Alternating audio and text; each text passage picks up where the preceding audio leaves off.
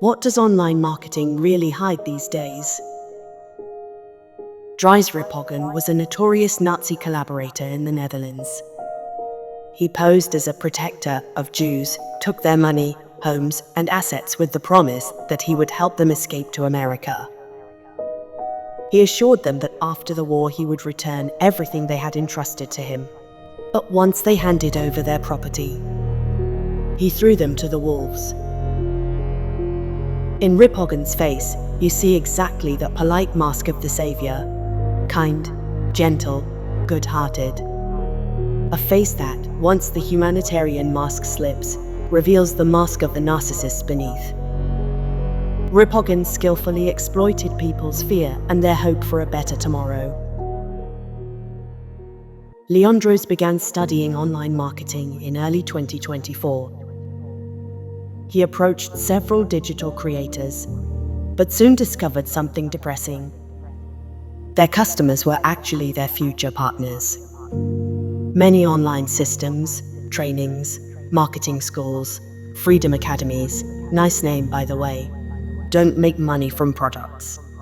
They don't make money from real sales in the market. They make money from new member subscriptions, course packages, upsells, expensive mentoring, commissions for recruiting new partners. Bring someone in and get paid systems. In other words, the life cycle of the whole thing only runs as long as new people keep coming in. If new people stop coming, the system can collapse. So why do they look successful? Because they showcase lifestyle, walks, coffees, laptops, working from Bali. They give advice like, believe in yourself. They sell marketing as secret alchemy. The commissions they get from the people they fish allow them to appear as if they're doing well. So very often, they can make money from you, but not because you will sell something, because you will pay them to enter their system. When is it a scheme? When the product is secondary or non-existent. When the real focus is recruitment. When there is no market outside the network itself. And when the model collapses if new sign-ups stop. That's when we're talking about pyramidish situations, even if they call it entrepreneurship education. From the Hammerose perspective, these schemes are the exact opposite of what Hammerose stands for. Transparency, truth, knowledge, and protection from narcissistic manipulation. Speaking of manipulation, we read a post some time ago by a successful YouTuber. Let's read it out loud, and then unpack it a bit. Many employers say, I can't find staff. What they really mean is, I can't find people willing to tolerate me and work under slave-like conditions. Many employees say, I can't find a job. What they really mean is, I can't find the entry-level director job my parents told me I deserve with €3,000 a month without having proven my worth or skills. What's wrong with this text? First, false symmetry. It places employers and employees on the same moral and practical level. The employer has power, money, decisions, terms. The employee has need, survival, dignity. This is not two opinions. It's an asymmetrical power relationship. When you flatten that, you erase the core reality of the labor market. Second, strawman on both sides. It takes the worst caricatures and presents them as the norm. Not all employers say, I want slavery. Not all workers demand €3,000 entry-level manager salaries. But many employers do demand full skills, full availability, full hours for survival wages. Many workers simply ask for dignity, not a CEO salary. The post attacks extreme ghosts, not the real majority. Third, blame shifting, the most insidious part. For employers, I can't find staff, workers are to blame. For workers, I can't find a job, you're to blame, you're spoiled. What disappears completely?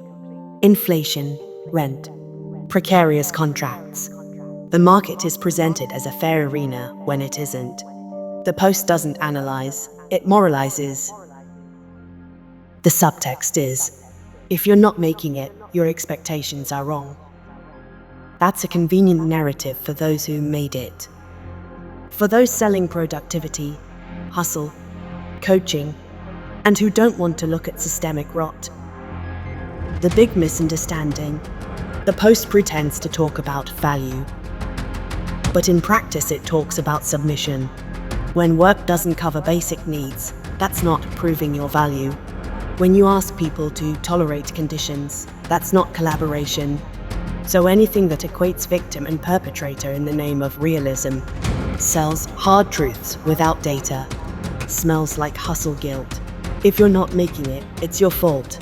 If after reading such a text you feel anger or confusion, that's not content. That's gaslighting. You can safely unfollow balanced posts that aren't actually balanced. When there is power asymmetry, when wages are survival level, when the market is broken, neutrality isn't neutrality. It's a conscience laundering machine.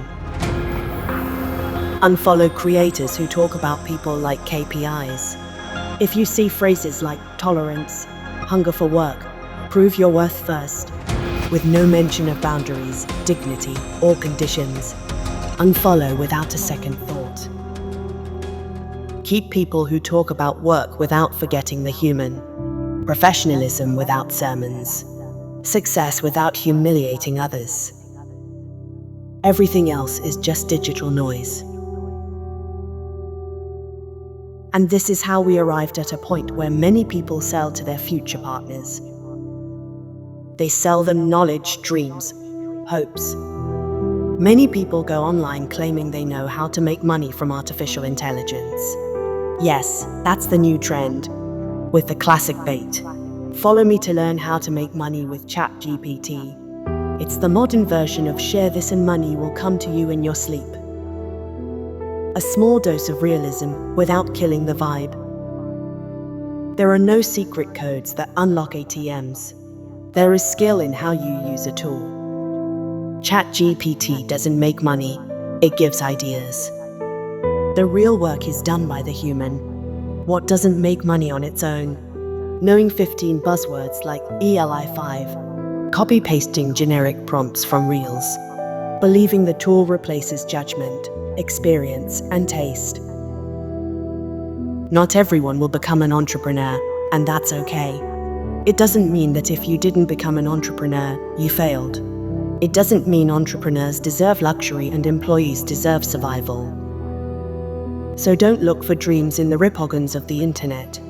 Next time you feel yourself doubting while listening to Lessons for a Better Life, don't believe, just feel.